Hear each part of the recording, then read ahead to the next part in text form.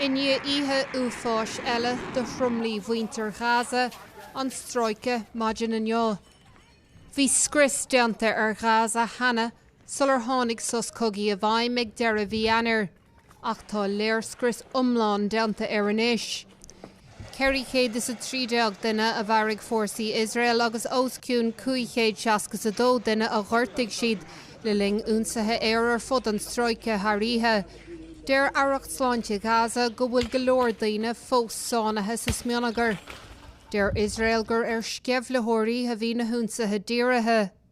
Thug Jerusalem le fios gur leanú de únsathe inneo infrastruchtúr sceibhleothirí agus theascaí arm. Bhí dochtarí ag an ospidéal an Deireal Balla a rá go raibh siad a déanamh obráidí leanaí gan éon fion bhacáin. Gealann Iosrael go nairóí na húnsathe níos géire fós. Bhí comharthaí ann go dtiocfach an lá seo ní raibh aon torra a teachtas na cainteaní neamhdhíoracha idir Hamas agus Iosrael féchant le síneadh a chur leis an sos cogaidh.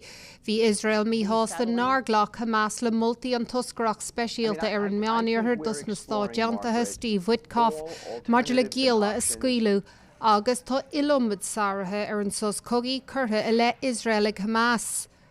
Deir Iosrael gur bartíú na húnsathe go raibh fórsaí Iosrael a bháin páirteach chun tú i ggófart leis na stádeantaithe.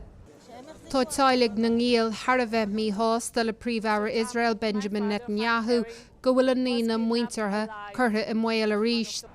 Tá na húnsathe cáinte go géirigh an taoiseach agus ag na náisiún Aontaithe.